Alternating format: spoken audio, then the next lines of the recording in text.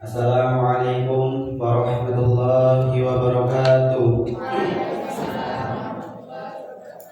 Innal hamdalillah wa bihi nasta'in ala umuri dunya waddin.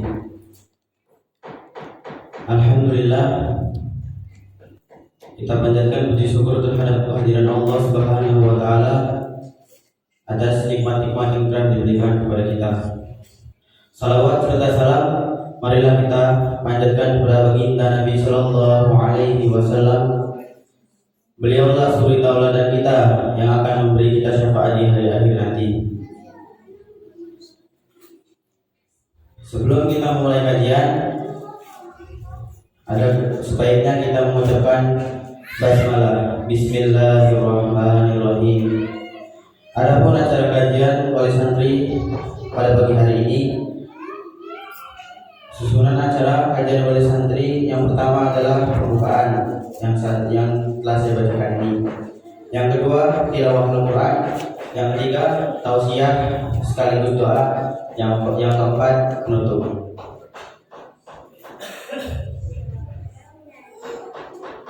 Sebelumnya, saya terima kasih terhadap Bapak Ibu yang telah hadir untuk menghadiri kajian wali santri pada pagi hari ini.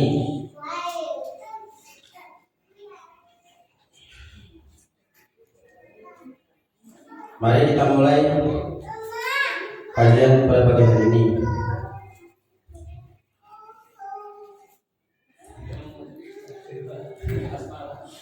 Acara yang kedua adalah tilawah Al-Quran yang akan dibacakan oleh Ananda Ramadhani. Kepada beliau, waktu dan tempat saya persilakan.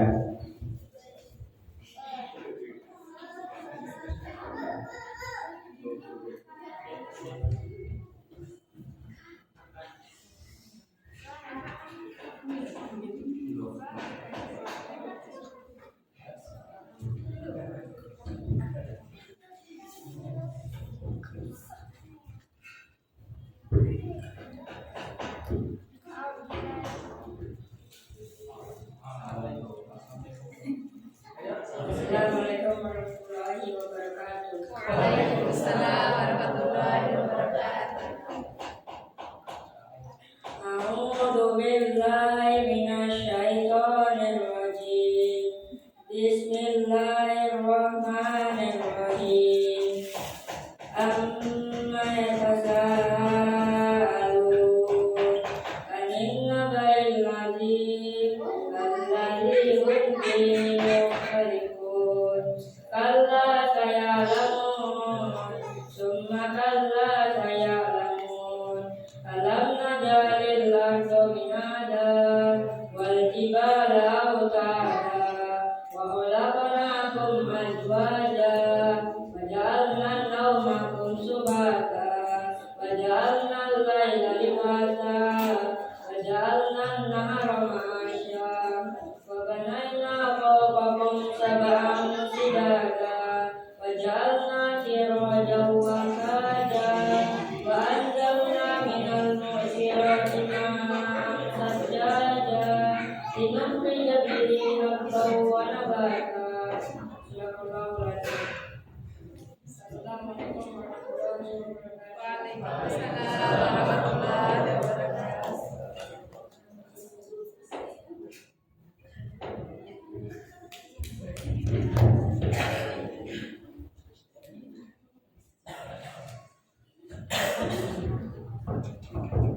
Alhamdulillah, baru saja kita mendengarkan tilawah Al-Quran yang dibawakan oleh Ananda Ramadhani.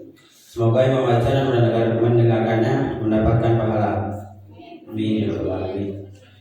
Adapun acara selanjutnya yaitu ada tausiah sekaligus doa yang akan dibawakan pada Ustaz Muhammad Makmun. Kepada beliau waktu dan tempat saya persilakan.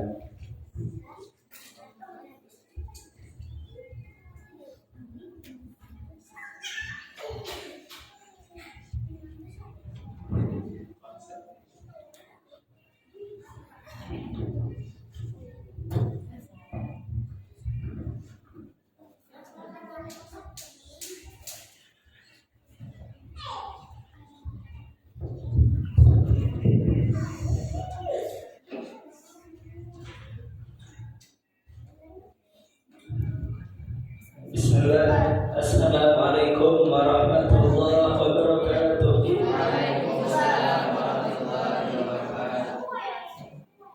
Alhamdulillah. Alhamdulillah. Bi ni'matihi tatimmu shalihat. Asyhadu an la ilaha illallah wa asyhadu anna Muhammadan abduhu wa rasuluh. La nabiyya wa la rasula ba'dahu. Allahumma rabbana zidna ilmana warzuqna fahma. Allahumma inna nas'aluka ilman nafi'an wa rizqan thayyiban wa amalan mutaqabbalan. Rabbi shrah li sadri wa yassir li amri wahlul 'uqdatam min lisani yafqahu qawli. Amma ba'du. Apa kabar Bapak Ibu? Sehat semua? Alhamdulillah sehat. Hari ini hari yang waktu luang atau meluangkan waktu? Meluangkan waktu ya? Meluangkan waktu ya. Bukan waktu luang, karena kalau waktu luang kayaknya kita ini sibuk semua. Ya termasuk saya juga sibuk sebenarnya. Pengen pulang kampung, pengen silaturahim ke ibu, ke bapak. Sudah 3 bulan saya nggak pulang. Karena ngurusin pohon bapak tuh 1 anak libur, saya harus menemani santri di sini. Orang tua saya nangis-nangis. Kangen sama anak-anak wedoknya. Alhamdulillah, kita bersyukur pada Allah Subhanahu wa taala. Di sela-sela kesibukan kita masih bisa meluangkan waktu untuk bersama-sama hadir di kajian majelis ilmu pada kesempatan pagi ini. Kalau kita bilang sibuk, semua kita sibuk. Kalau kita sibuk kerja, ya semua kita sibuk karena punya aktivitas masing-masing. Apalagi kalau ibu-ibu ya, itu kan kerjaannya nggak pernah beres. Di rumah itu penuh kegiatan. Ya bersih-bersih rumah, ya nyapu, ya ngepel, ya masak, nyuci, jemur, gosok, lipat, memberesin lemari, pokoknya padat betul kegiatan ibu-ibu ini. Dan pokoknya ngalahin Pak Jokowi sibuknya sama ibu-ibu. Tapi alhamdulillah walaupun kita sibuk, di sela-sela kesibukan kita masih mau untuk meluangkan waktu hadir di majelis ilmu. Mudah-mudahan kita hadir di sini ini, kita semua mendapatkan limpahan pahala dari Allah Subhanahu wa taala. Amin ya rabbal alamin. Salawat dan salam kita haturkan pada Nabi Muhammad sallallahu alaihi wasallam. Allah Subhanahu wa taala memuji manusia, dan satu-satunya manusia yang dipuji oleh Allah itu adalah Nabi kita yang mulia, Nabi Muhammad sallallahu alaihi wasallam. Di satu-satunya manusia yang langsung disanjung-sanjung oleh Allah, yang dipuji oleh Allah Subhanahu wa taala, yang akhlaknya langsung diakui oleh Allah Subhanahu wa taala, akhlaknya baik, itu adalah Nabi kita Nabi Muhammad sallallahu alaihi wasallam. Kata Allah, wa innaka la'ala khuluqin 'adzim. Sungguh pada dirimu wahai Muhammad terdapat akhlak yang mulia, akhlak yang agung. Jadi kalau kita mengikuti Nabi, maka pasti kita ini tidak akan menyesal. Kalau kita ikut Nabi, kita ini pasti akan selamat. Karena apa? Karena Allah sudah menyanjung akhlak Nabi. Maka akhlak Nabi ini harus kita ikuti. Nabi dicontoh oleh umatnya, kita orang tua dicontoh oleh anak-anak kita. Jadi kalau Nabi itu contoh untuk seluruh manusia. Kalau orang tua itu adalah contoh untuk anak-anak kita, adalah panutan untuk anak-anak kita. Maka orang tua supaya menjadi panutan yang ideal, maka kita juga harus mempelajari akhlak-akhlak Nabi Muhammad SAW. Maka Nabi memiliki nasihat. Nabi memberikan nasihat kepada orang tua dan sekaligus nasihat untuk seorang anak. Jadi Nabi ini sempurna, ajarannya sempurna. Jangankan masalah orang tua kepada anak, anak kepada orang tua. Kita mau tidur, mau makan saja diatur. Kita mau tidur, yang tidur itu nggak ganggu orang itu kan, di kamar sendirian, itu nggak beraktivitas dan tidur itu, nggak merugikan orang kan kalau orang tidur itu. Kecuali kalau tidur tempat rame-rame kemudian ngorok, nah itu merugikan orang. Kita mau tidur saja itu diatur oleh Nabi Muhammad SAW, diatur oleh agama. Maka apalagi kalau orang tua dalam mendidik anak atau anak dalam taat kepada orang tua, maka pasti diatur. Maka Nabi SAW memberikan nasihat untuk orang tua. Baik, kita belajar dulu ya, Bu ya, Pak. Kita perhatikan bagaimana nasihat Nabi untuk orang tua. Jadi kalau nasihat Nabi ini pasti tepat, pasti baik. Maka nasihat yang pertama adalah hendaklah orang tua mengajarkan kepada anaknya, hendaknya manusia ataupun orang tua mengajarkan kepada anaknya untuk cinta kepada Allah Subhanahu wa Ta'ala. Nabi itu tidak mengajarkan seorang anak untuk cinta kepada orang tuanya dulu, bukan. Jadi jangan ajarkan anak untuk cinta kepada kita, tapi yang pertama kali adalah ajari anak untuk cinta kepada Allah. Kalau anak itu sudah cinta kepada Allah, maka pasti dia akan cinta kepada orang tuanya. Jadi jangan ajari anak kita untuk cinta kepada kita, tapi ajari anak kita untuk cinta kepada Allah Subhanahu wa Ta'ala. Nah, ini yang dilakukan oleh orang-orang saleh terdahulu, salah satunya adalah seorang saleh yang bernama Luqman. Dalam Al-Quran itu ada surat Luqman, ya. Surat Luqman surat yang berapa? Surat Luqman surat yang berapa? Surat yang ke-36.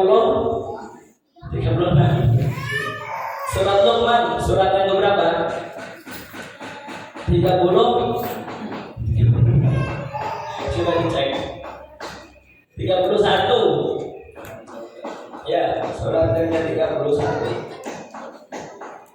Luqman ini bukan nabi, manusia seperti kita.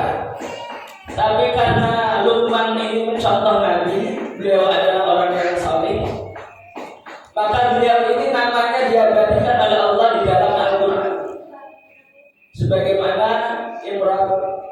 Jadi Imran itu bukan nabi. Ada surat Ali Imran, keluarga Imran. Tapi karena Imran ini adalah orang yang saleh, yang mengajari anaknya untuk cinta kepada Allah, sehingga Imran ini menjadi orang tua yang istimewa, sehingga akhirnya Imran ini diabadikan oleh Allah namanya dalam Al-Quran. Kadang-kadang kalau kita ini kalau dicontohkan Nabi itu kan ada alasan ya, gua itu kan Nabi, wajar dong Nabi. Tapi kalau kita kan bukan Nabi. Nah ini ada bukan Nabi. Beliau adalah bukan Nabi, manusia biasa, tidak dapat wahyu, tapi beliau namanya diabadikan oleh Allah dalam Al-Quran, yaitu Luqman. Kenapa Luqman ini istimewa? Karena Luqman ini mengajari anaknya untuk cinta kepada Allah Subhanahu wa Ta'ala. Wa itu qala Luqman li ibnihi wa huwa ya'iduhu bunayya la tusyrik billah inna syirka la dzulmun adzim. Surat Luqman surat yang ke-31 ayatnya 13. Jadi kata Allah Subhanahu wa taala, dan ingatlah ketika Luqman berkata kepada anaknya ketika ia menasihati anaknya. Apa nasihat Luqman? Ya bunayya la tusyrik billah. Wahai anakku, janganlah engkau mensekutukan Allah Subhanahu wa taala. Wahai anakku, cintai Allah saja. Jangan mencintai yang lain. Jangan mencintai berhala-berhala. Jangan mencintai dunia dengan berlebihan. Cintai Allah saja. La tusyrik billah. Jadi jelas ya, Bu ya. Jadi nasihat yang pertama adalah untuk orang tua, ajari anak-anak kita untuk cinta kepada Allah. Jangan ajari mereka untuk cinta kepada kita, jangan. Yang penting mereka cinta kepada Allah. Tapi kalau anak sudah cinta kepada Allah, insya Allah nanti dia akan berbakti kepada kedua orang tuanya.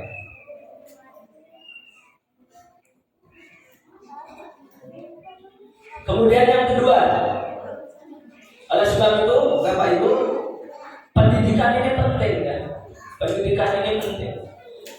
Pendidikan agama ini sangat penting. Jangan sampai kita ini kadang-kadang anak itu sibuk dengan pelajaran matematika, pelajaran bahasa Inggris, pelajaran kimia, pokoknya pelajaran-pelajaran. Bukan itu tidak penting, bukan itu juga penting. Tapi yang terpenting adalah kita harus mengenalkan anak kita kepada Allah Subhanahu wa taala agar mereka cinta kepada Allah. Dengan cara apa? Caranya yang kedua, Nabi sallallahu alaihi wasallam juga bersabda, "Muru auladakum bis-shalah." Perintahkanlah anak-anak kalian untuk salat. Jadi cara mencintai Allah itu adalah yang pertama adalah muru auladakum bis-shalah. Perintahkan anak-anak kalian itu untuk sholat. Wahum abna'u sab'i sinin, dan mereka sudah berumur sab'ah itu 7 tahun. Jadi kalau sudah umur 7 tahun, maka perintahkan anak kita ini untuk sholat. 7 tahun itu usia kelas berapa SD? Kelas 2 atau kelas 1 ya. Sudah masuk SD, sudah kelas 2 SD, itu kita orang tua harus cerewet. Harus cerewet terus ngajak anaknya untuk sholat, diperintahkan sholat. Baik itu yang perempuan atau yang laki-laki. Jadi usia 7 tahun ini harus cepat, harus rajin-rajin memerintahkan anak kita untuk sholat. Kenapa di usia 7 tahun? Karena usia 7 tahun ini usia belum balik. Ya. Jadi kalau usianya 15 tahun baliknya, maka ada kurang lebih 7 tahun dalam pendidikan pembiasaan untuk sholat. Jadi kalau sholatnya 7, 8, 9, 10, 11, 12, 13, 14. Usia 14 sudah mulai balik. Sudah mulai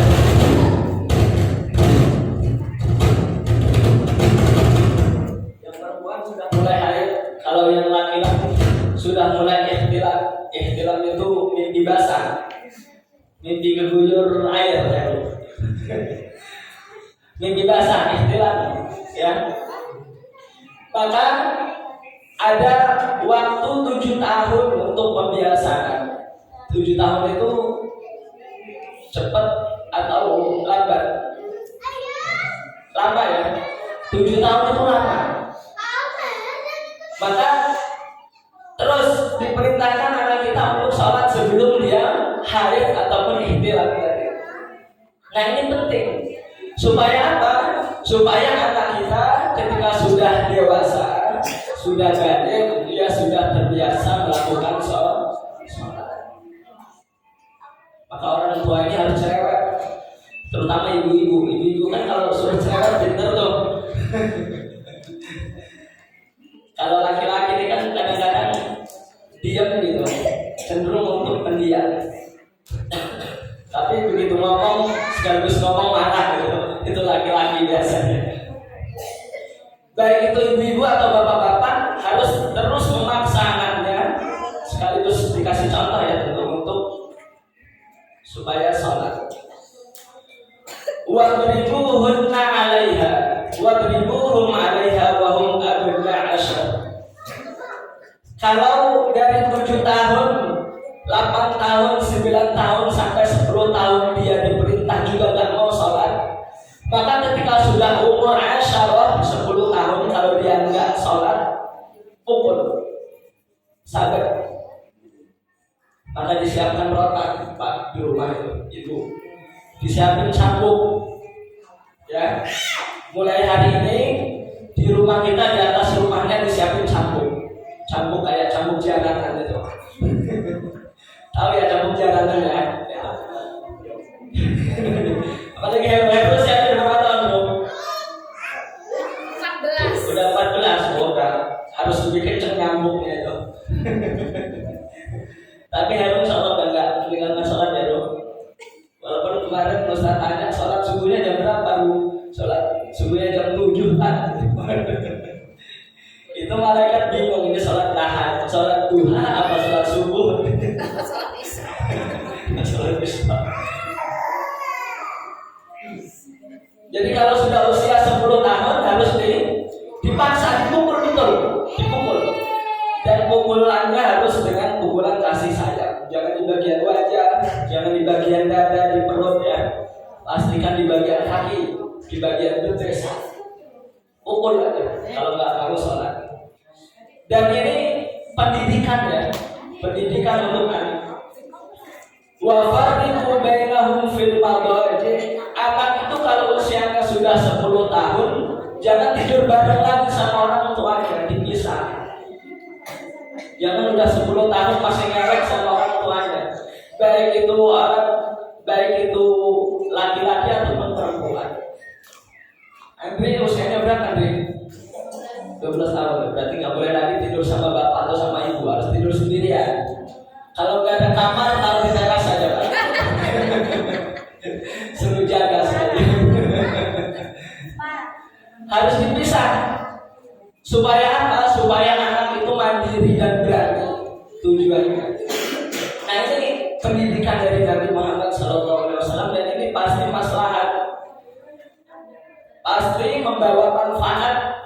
Jadi tidak akan pernah salah. Jadi kalau usia 7 tahun diperintahkan untuk sholat, kalau 10 tahun masih juga nggak mau sholat dipukul. Kemudian ketika usia 10 tahun itu dipisah tempat tidurnya. Jelas ya Pak ya? Baik, ini nasihat kedua dari Nabi Muhammad SAW. Jadi kalau anak-anak kita ini sudah rajin sholatnya, maka insya Allah amalan yang lain akan rajin. Jadi kalau sholatnya terjaga, maka insya Allah yang lain akan terjaga. Kalau kewajiban dia kepada Allah terjaga, maka kewajiban dia kepada orang tuanya juga pasti akan terjaga. Itu sudah pasti dulu. Jadi kalau anak itu sudah rajin sholat, pasti dia taat kepada kedua orang tuanya. Pasti, gak mungkin ya. Tapi kalau sholatnya masih acak-acakan, masih bolong-bolong, ya ketaatannya juga masih acak-acakan, masih bolong-bolong sama orang tua. Jelas ya? Jadi ini harus dipaksakan. Dan sholat ini perintah Allah kepada keluarga Nabi. Jadi Nabi itu dan keluarganya diperintahkan oleh Allah Subhanahu Wa Taala untuk menjaga sholat. Sekelas Nabi aja diingatkan oleh Allah untuk menjaga sholat. Berikut keluarganya dalam surat Toha ayat 132. Kalau Allah Taala wa'mur ahlaka bis-shalah. Kata Allah Subhanahu Wa Taala perintahkan ahlaka keluarga bis-shalah untuk melakukan sholat. Wastabir 'alaiha, dan bersabarlah dalam melakukan sholat itu, dan sabarlah atas sholat itu. Nah, ini ada kata-kata wastabir. Jadi kita ini sholat, kemudian kita memerintahkan anak untuk sholat itu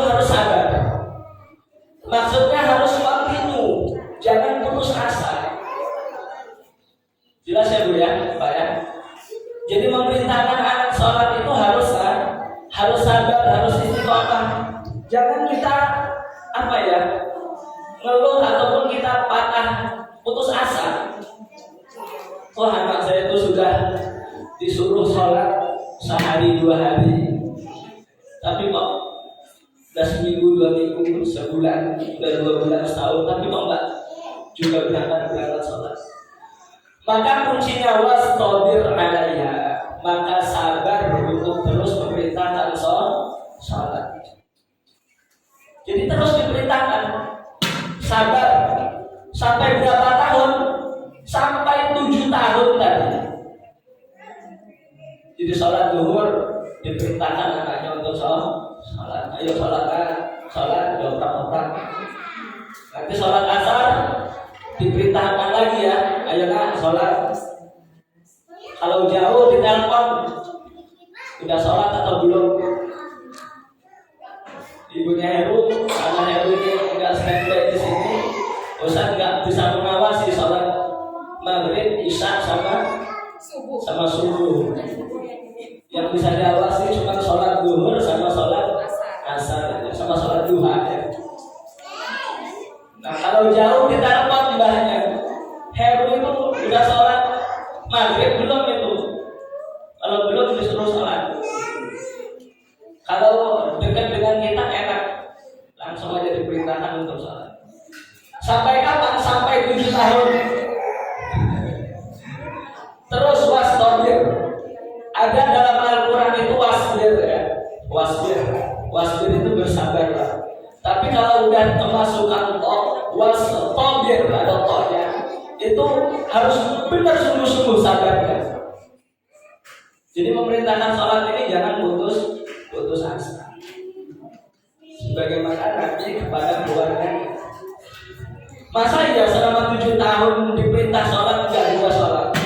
Kalau ibarat batu itu ya, batu itu kan keras tuh. Juga kalau nggak percaya ada batu yang hitam itu dipukul, tek 10 kali, 100 kali, masa ya nggak pecah? Kira-kira pecah nggak?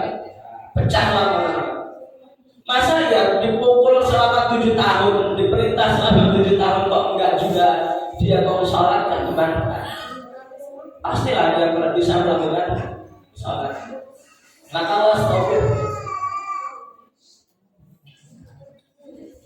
La nas'aluka rizqa, nahnu narzuquk wal 'aqibatu littaqwa. Kata Allah Subhanahu wa taala, kami tidak meminta rezeki kepadamu. Jadi kita sholat itu bukan Allah yang butuh dengan sholat kita, bukan Allah yang minta rezeki kepada kita dengan lantaran sholat itu, bukan.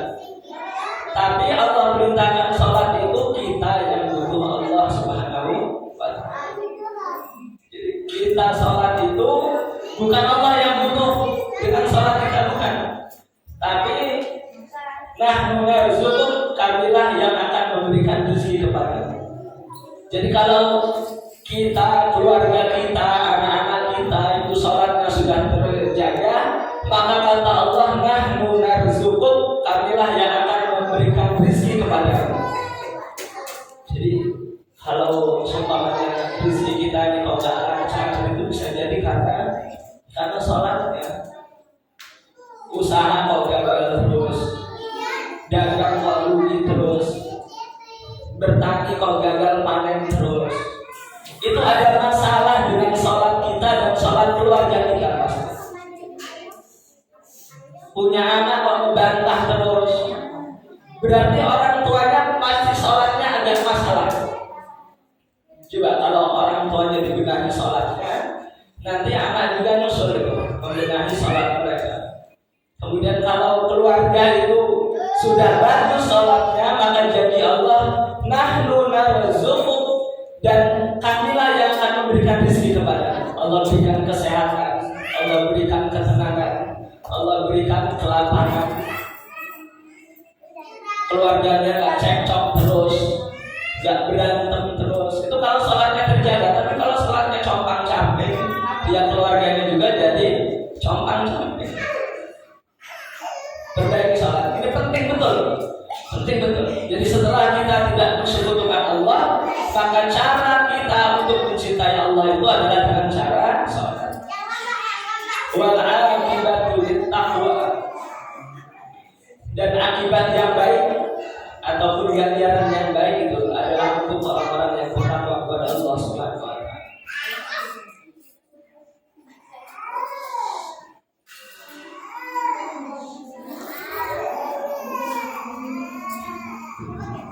Baik, jelas ya Bu ya. Jadi yang pertama kali kita ajarkan anak kita untuk cinta kepada Allah, kemudian dengan cara memperbanyak sholat, terutama sholat lima waktu harus dijaga. Kemudian yang ketiga adalah menjaga akhlak.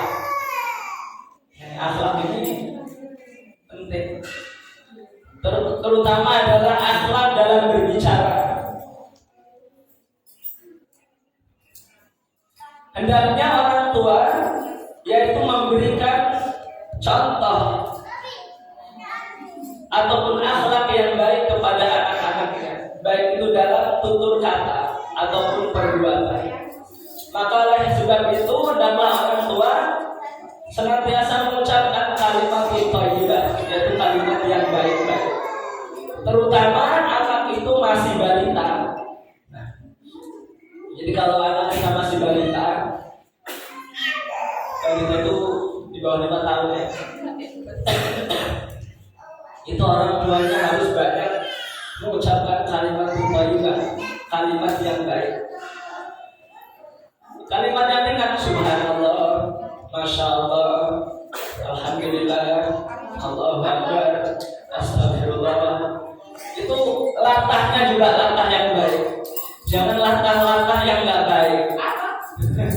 Karena ada kadang orang tua itu latahnya tidak baik. Maka salah satu nasihat dari Nabi yaitu hendaknya orang tua itu menjaga lisannya untuk mengucapkan kalimat thayyibah. Kalimat thayyibah itu kan kalimat yang baik ya. Subhanallah, masya Allah, Allahu Akbar. Apalagi ya pokoknya yang zikir itulah kalimat-kalimat zikir. Nanti anak itu akan mendengar, kemudian dia akan meniru. Coba bayangkan kalau orang tuanya itu mengucapkan kalimat yang buruk, anak itu akan mendengar dan akan meniru juga. Akhirnya akhlaknya, perkataannya, perbuatannya anak itu menjadi tidak baik juga. Maka ini penting ya, terutama ibu-ibu ya. Terutama ibu-ibu, kita harus betul-betul kita jaga lisan kita. Apalagi lisan orang tua itu adalah penuh dengan doa. Ya Bu ya, lisan orang tua itu adalah penuh dengan doa. Kalau ibu itu mengucapkan sesuatu yang buruk untuk anaknya, maka itu adalah sebenarnya doa yang diaminkan oleh malaikat. Tapi sebaliknya kalau orang tua itu ucapannya baik, maka itu juga doa. Maka kalau kita ini, kalau marah juga jangan sampai lah kalimat kamu nak kurang ajarnya. Istighfar aja, astagfirullah. Ya, apa? Astagfirullah. Na'udzubillah, boleh. Jadi jangan kalimat-kalimat yang Allahu Akbar. Saking jengkelnya. Enggak apa-apa kalimat-kalimat thayyibah. Jangan kalimat-kalimat yang kasar. Jangan ya, jangan. Dan itu terutama saya pribadi. Itu ketika bapak ibu saya marah itu tak pernah mengucapkan sumpah serapah yang kotor gitu enggak. Sehingga kita itu kalau mendengar perkataan yang orang tua menyumpahin anaknya itu risih gitu. Oh nah dasar kamu ini gitu saya kasihan gitu anaknya Bu, kasihan. Mending didoain yang baik-baik. Allah mudah-mudahan Allah berikan hidayah.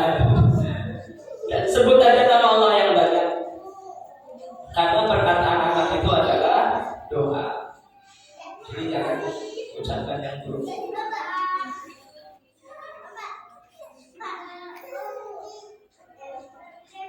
Itu jangan dari segi perkataannya.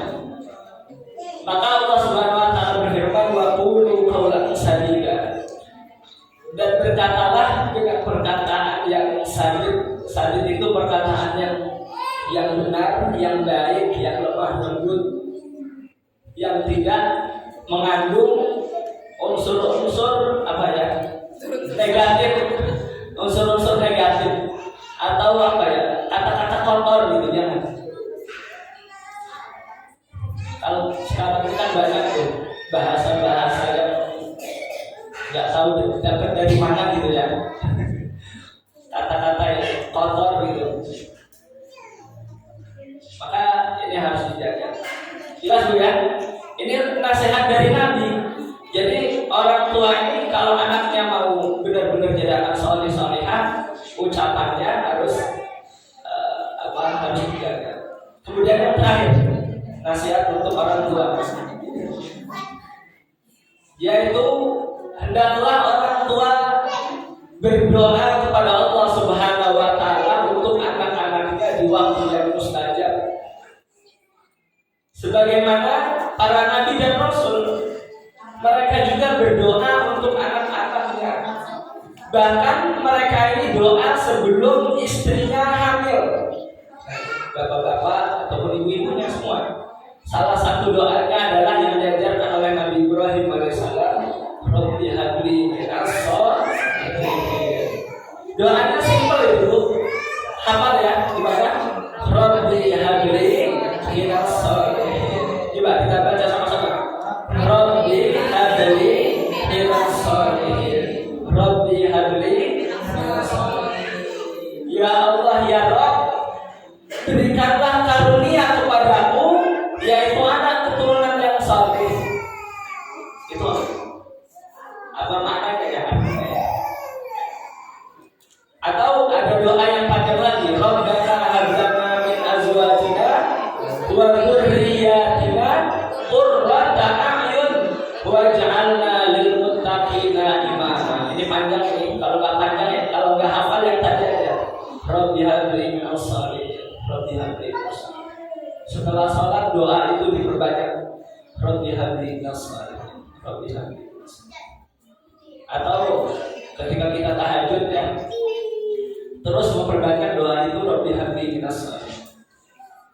Nabi Ibrahim alaihissalam diriwayatkan doa ini kurang lebih dipanjatkan selama 70 tahun. Nabi Ibrahim itu kan diberi anak berapa tahun tuh? 80 tahun ya. Nabi Ibrahim itu kalau nikahnya 20 tahun, di usia 20 tahun, berarti kan 60 tahun ya. 60 tahun gak punya anak. Doa terus Rabbi habli minas sholihin. Rabbi habli minas sholihin. Nabi loh, doanya 60 tahun baru dijabah sama Allah Subhanahu wa taala. Coba, kita kan bukan nabi tuh. Sholat aja masih ini gitu kan, masih ketinggalan kan, tertunda-tunda.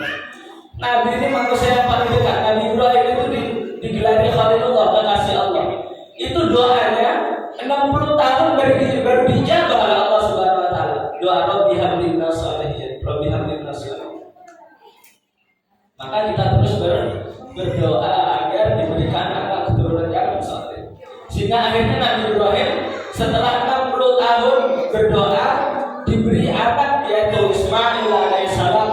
Nabi Ismail menjadi nabi, diberi lagi anak putra yang kedua yaitu Ishak. Ishak juga diangkat oleh Allah menjadi nabi.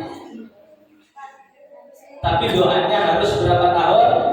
60 tahun. Kita sudah berapa tahun doa untuk anak kita? Rabbi habli minas sholihin. Jangan-jangan belum pernah. Maka jangan salahkan anak kalau bandel, kalau anak itu nggak nurut, jangan disalahkan dulu. Koreksi dulu diri kita.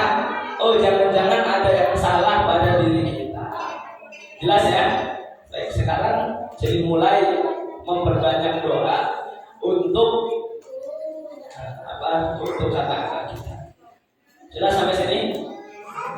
Ini nasihat untuk orang tua dari Nabi. Sekarang nasihat Nabi untuk anak. Ya, lengkap. Insya Allah kita sampai jam 2 taklim ini. Lanjut ya, salah nggak apa-apa ya. Sambil dimakan dulu, silakan. Saya istirahat dulu sebentar. Ada makan siang? Ada ada makan siang nanti karena disiapkan makan siang, jadi tarif kita sampai jam 2.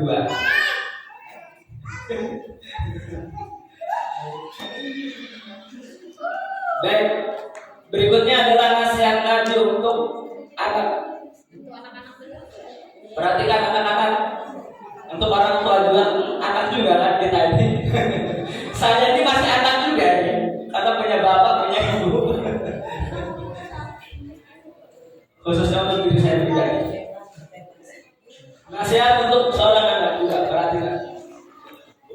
Dalam surat Al-Isra ayat 23, wa qadara rabbuka alla ta'budu illa iyyah wa bil walidayni ihsana.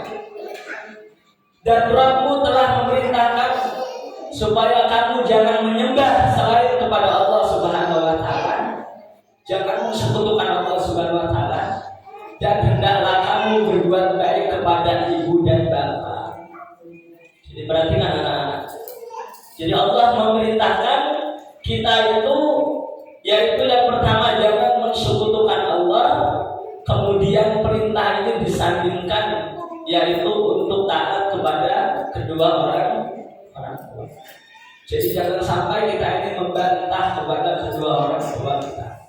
Jangan sampai kita ini durhaka kepada orang tua kita. Standar durhakanya seperti apa? Di sini ada hadisnya. Coba.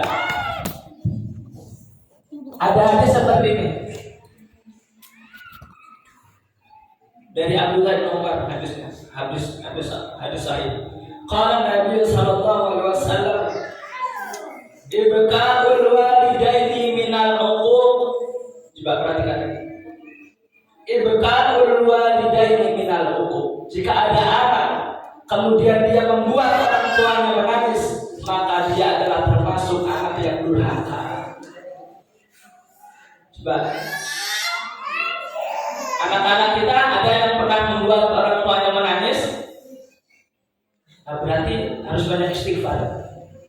Ya Ustaz juga kayaknya pernah kan dulu lah orang tua nangis itu karena bandel. Makanya Ustaz dipondokin gitu karena bandel dulu. Begitu lulus SD langsung dibuang ke pondok karena bandel. Tapi alhamdulillah setelah belajar agama, pulang ke pesantren pulang ke rumah udah bandel lagi, udah nurut sama orang tua. Maka jangan sampai membuat orang tua itu menangis, karena kalau anak itu membuat orang tua menangis, maka dia termasuk anak yang durhaka. Begitu kata Nabi. Maka perasaan orang tua itu harus dijaga, ya. Jadi jangan sampai orang tua itu meneteskan air mata karena kelakuan buruk kita selalu ada. Jelas ya? Kenapa? Hello, jelas? Mulai sekarang jangan sampai orang tua kita, bapak ibu kita itu nangis karena jengkel dengan kita. Ya, tapi pastikan mereka itu nangis karena haru bangga dengan solehnya kita. Anaknya rajin sholatnya, kemudian anaknya rajin ngajinya, anaknya ngebangunin orang tuanya untuk sholat subuh, Masya Allah. Itu orang tua itu pasti akan haru. Ya Ustaz sering sampaikan. Ustaz itu kalau dibangunin untuk sholat subuh sama anak ataupun sama santri itu bahagia betul. Ustaz tidur di sini kemudian diketok pintunya, Ustaz bangun Ustaz sholat tahajud. Ustaz bahagia betul, benar. Jadi nggak jengkel Ustaz. Jadi ini luar biasa. Ini menandakan bahwa saya anak itu anak yang soleh. Itu lebih berharga daripada harta. Jadi kalau Ustaznya tidur kemudian belum bangun waktunya sholat tahajud atau waktunya sholat subuh, gimana nih? Diketok, digedor, saat sholat itu insya Allah Ustaz nggak marah, malah bahagia dibangunin sama santrinya. Sama orang tua juga kayak gitu. Ketika kita sudah di rumah, kemudian kita membangunkan ibunya untuk sholat subuh, luar biasa. Itu mahal, itu harta yang mahal. Maka jangan sampai orang tua itu nangis karena buruknya akhlak kita. Tapi pastikan orang tua itu nangis karena kesalehan kita, terharu itu bersyukur. Maka insya Allah kalau orang seperti itu hidupnya akan Allah berikan keberkahan oleh Allah. Kalau anak seperti itu akan Allah berikan keberkahan. Nah ini dari Nabi ya. Jadi saya ini kalau menyampaikan taklim ibu nggak pernah kemana-mana. Kalau nggak ayat Al-Quran, hadis ya. Dan itu hadisnya saya pilih yang benar-benar sahih. Nggak menyampaikan tadi. Jadi maksudnya yang kita duduk ini benar-benar dapat ilmu gitu ya. Kemudian kita amalkan. Jadi jangan sampai yang kita dapatkan ini tidak diamalkan. Baik, jadi itu sekadar seseorang itu berbakti kepada orang tua ataupun dia durhaka. Dilihat aja kalau anak itu membuat orang tuanya menangis karena kebandelannya, berarti dia anak durhaka. Maka jangan sampai orang tua kita menangis karena gara-gara ulah kita.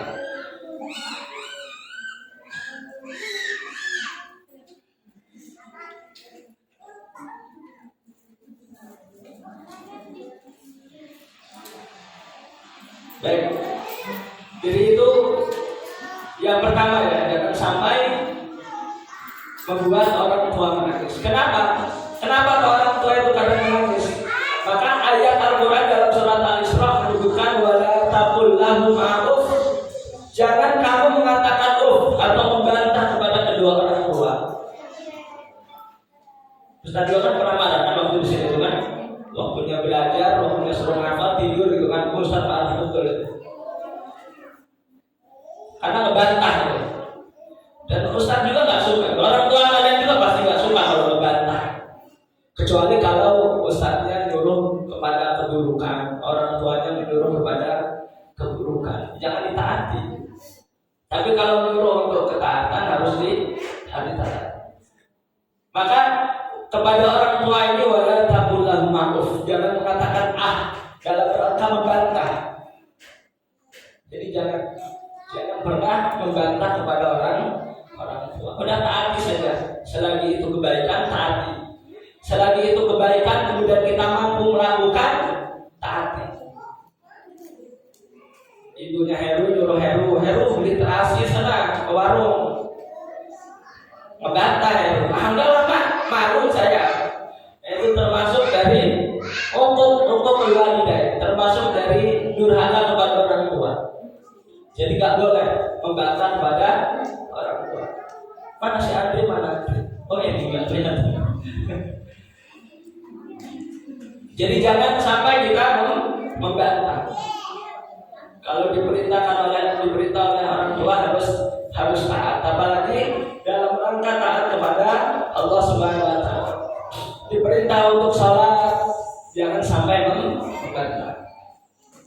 Baik, jadi itu dua saja untuk nasihat Nabi dari nasihat Nabi untuk seorang anak. Jadi jangan sekutukan Allah, kemudian jangan membuat orang tua itu menangis karena buruknya akhlak kita. Kemudian jangan membantah. Kecuali kalau orang tua kita memerintahkan kepada maksiat. Itu ada hadis khususnya ya, larangan di mana kita tidak boleh mentaati perintah orang tua dalam hal bermaksiat kepada Allah Subhanahu Wa Taala. Allah Taala la ta'ata li makhluk fi ma'siyatillah azza wa jalla. Tidak ada ketaatan kepada makhluk dalam rangka bermaksiat kepada Allah azza wa jalla. Jadi kalau ada orang tua yang menyuruh anaknya meletakkan sesajen di bawah pohon atau di kamar, maka jangan ditaati. Karena dalam rangka bermaksiat kepada Allah SWT. Baik, jelas ya sampai ya. Baik, cukup. Mudah-mudahan tadi kita sedikit ini ulama ternyata bisa kita pahami dan bisa kita amalkan. Yang pertama tadi apa Bu? Yang pertama apa? Yang pertama agar anak itu cinta kepada Allah. Ajari anak itu untuk cinta kepada Allah dengan cara apa? Dengan cara sholat. Kemudian yang ketiga, ya menjaga akhlak, baik itu perilaku ataupun tutur kata, berkata yang baik. Kemudian yang terakhir harus banyak berdoa, banyak berdoa. Karena Allah yang maha membolak-balikkan hati. Anak itu terkadang hatinya keras, tapi dengan doa lama-lama akan berubah menjadi lunak, menjadi lembut. Jadi maha membolak-balikkan hati. Ya muqallibal qulub, ya. Allah itu zat yang maha membolak-balikkan hati. Jadi anak itu kadang berubah, sifatnya berubah anak itu. Dan saya perhatikan, saya punya kawan dulu seperti itu. Dan saya punya banyak santri itu ngajar di tempat-tempat itu, rata-rata ada anak itu yang pertama masuk itu kadang bandel dulu. Tahun pertama itu bandel, tapi tahun ketiga, tahun keempat sampai lulus dia masya Allah jadi bagus. Tapi ada kadang anak-anak itu yang masuk itu bagus, tapi tahu-tahu malah merokok gitu di kelas 2, kelas 3 merasa jadi senior gitu. Ada yang seperti itu. Jadi Allah itu maha membolak-balikkan hati, dan ini sering terjadi seperti itu. Dan saya juga punya kawan dulu seperti itu, bagus gitu, tapi di akhir-akhir banyak melakukan pelanggaran yang rokok, yang pacaran gitu pas waktu nyantri. Aneh, padahal waktu masuk itu bagus gitu. Tapi ada yang begajulan gitu, nakal gitu, bandel, ya termasuk saya ya, bandel dulu. Makanya di pondok berantem aja waktu SD. Dimasukin sekolah kelas pertama itu masih berantem kan juga, saya suka berantem. Tapi udah tahun kedua, tahun ketiga itu mulai berpikir, berubah. Jadi Allah maha membolak-balikkan hati. Maka saya yakin itu semua berkat doa dari orang tua. Maka harus banyak doa. Kemudian untuk anak, nasihat untuk para santri, jangan sampai membuat orang tua kita menangis. Jangan sampai orang tua itu kecewa melahirkan kita, ya. Tapi jadikan orang tua kita itu bangga karena melahirkan kita. Baik, cukup sampai sini, kita doa dulu.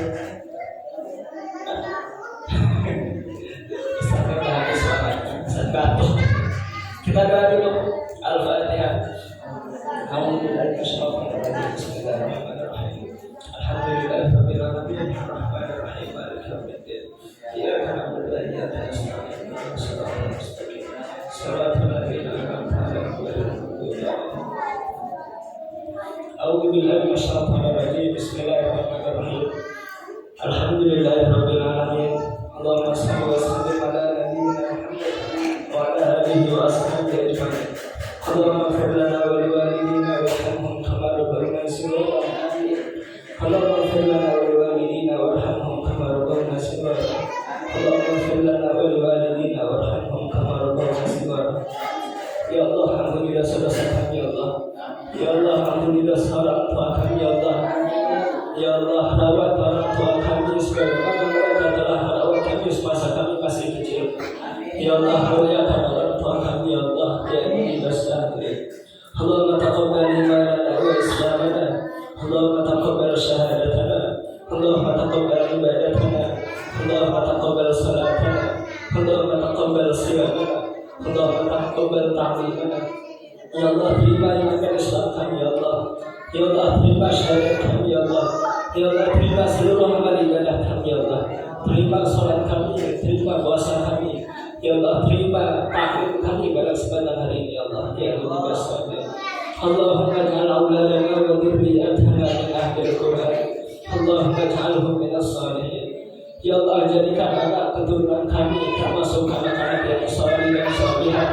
Ya Allah, jadikan murid-murid kami murid yang saleh dan salihah. Ya Allah, mudahkan kami dalam mempelajari agama-Mu, ya Allah. Ya Allah, mudahkan kami dalam taat kepada-Mu, ya Allah. Allahumma ja'al auladana wa dzurriyyatana minas shalihin. Ya Allah, jadikan anak-anak kami anak yang saleh dan salihah, yang kelak mereka bisa menggandeng tangan kami masuk di surga-Mu ya Allah. Jadikan anak kami anak yang saleh dan salihah, yang kelak kami digandeng oleh mereka memasuki surga-Mu ya Allah. Ya Rabbi, Allahumma ja'al auladana karijal sahabat. Allahumma ja'al rijalana karijal sahabat. Ya Allah, jadikan pemuda-pemuda kami seperti generasi para sahabat Rasulullah. Allah